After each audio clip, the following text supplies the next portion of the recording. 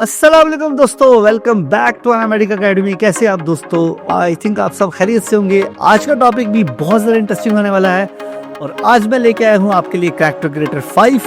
Character creator का 5 version जो है वो अवेलेबल हो चुका है हमारे पास। ये सॉफ्टवेयर किस तरीके से काम करता है इसको जानने के लिए हम चलते हैं अपनी स्क्रीन पर।